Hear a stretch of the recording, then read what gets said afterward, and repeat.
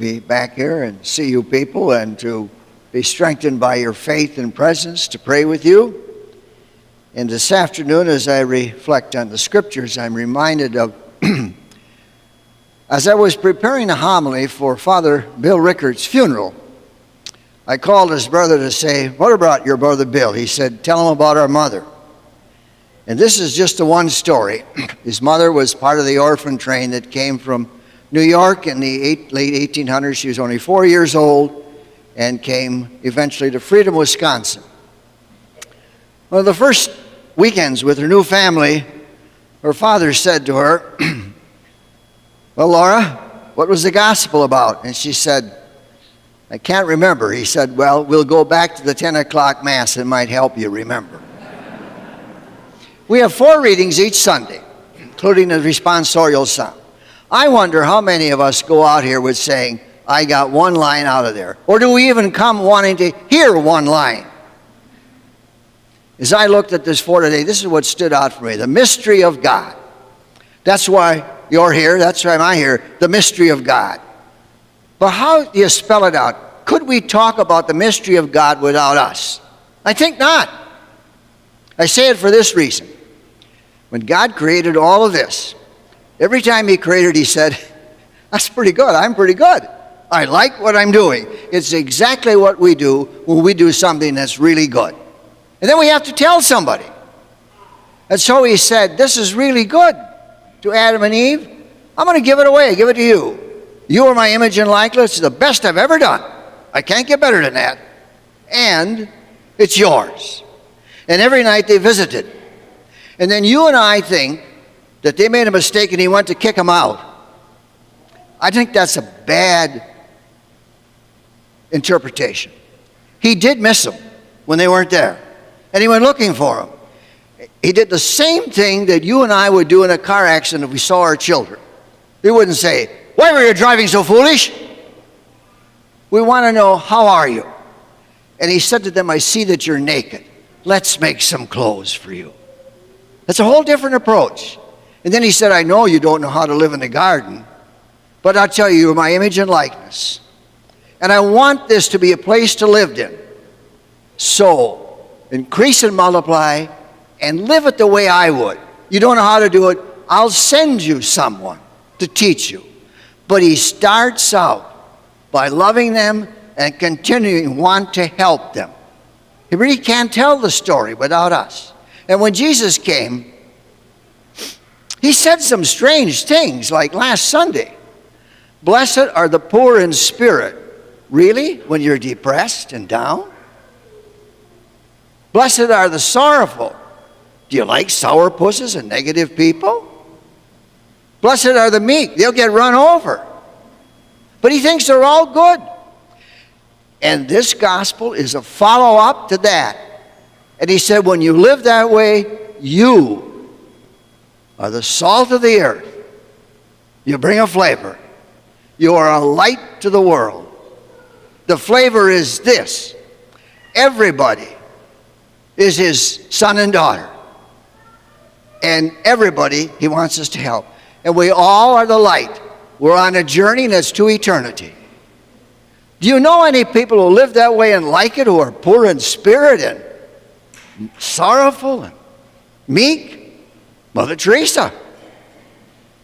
I mean, a lonely, single, white woman going into Calcutta. The police said, "You'll be there one night and we'll find you dead and ravaged." Well, they were wrong. Sorrowful, she left home, she left her family, she left the convent. And she's meek, but she has power in India.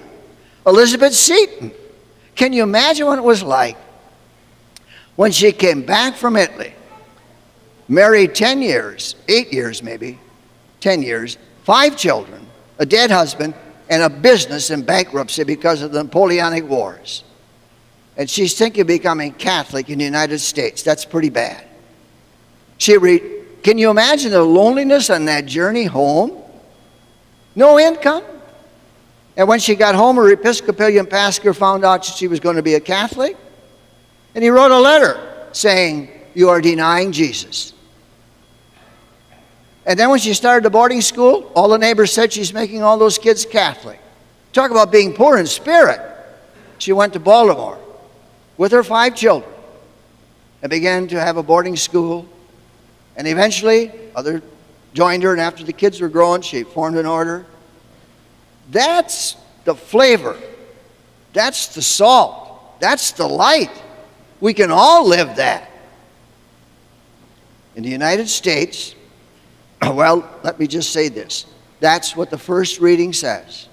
You'll find flavor and be a light if you take care of the homeless and the naked, and particularly if you take care of your own.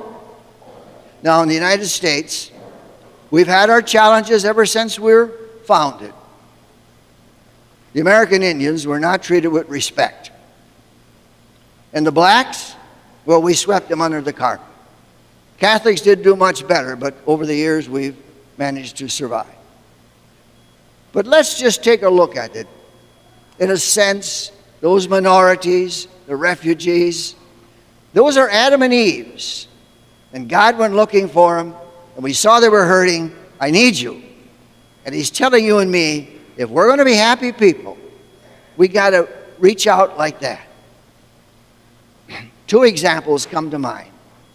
In 1858, Roger Taney, the Supreme Court Justice and a Catholic, ruled in the Dred Scott decision. Dred Scott would always be a slave, and he would have a master.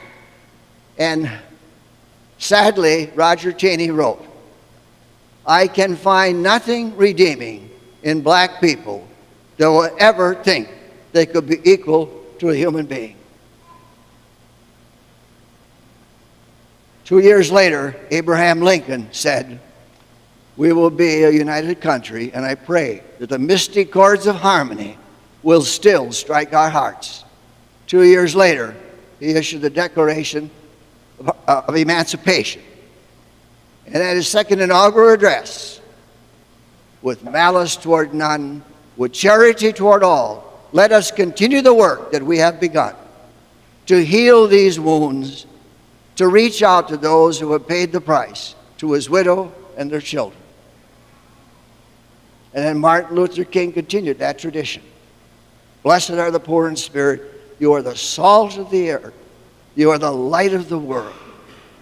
As we look at that, I want to be on Lincoln's side and Martin Luther King's side, and so do you. And it will be an ongoing struggle as long as we live. The greatness of a people is measured not by I'm number one or power or money. The greatness of a nation is measured by the way that nation treats its children, the elders, and the marginal in between. How we can be God's flavor and God's light by seeing the injured and hurting and telling them what God said. You are the image and likeness of God.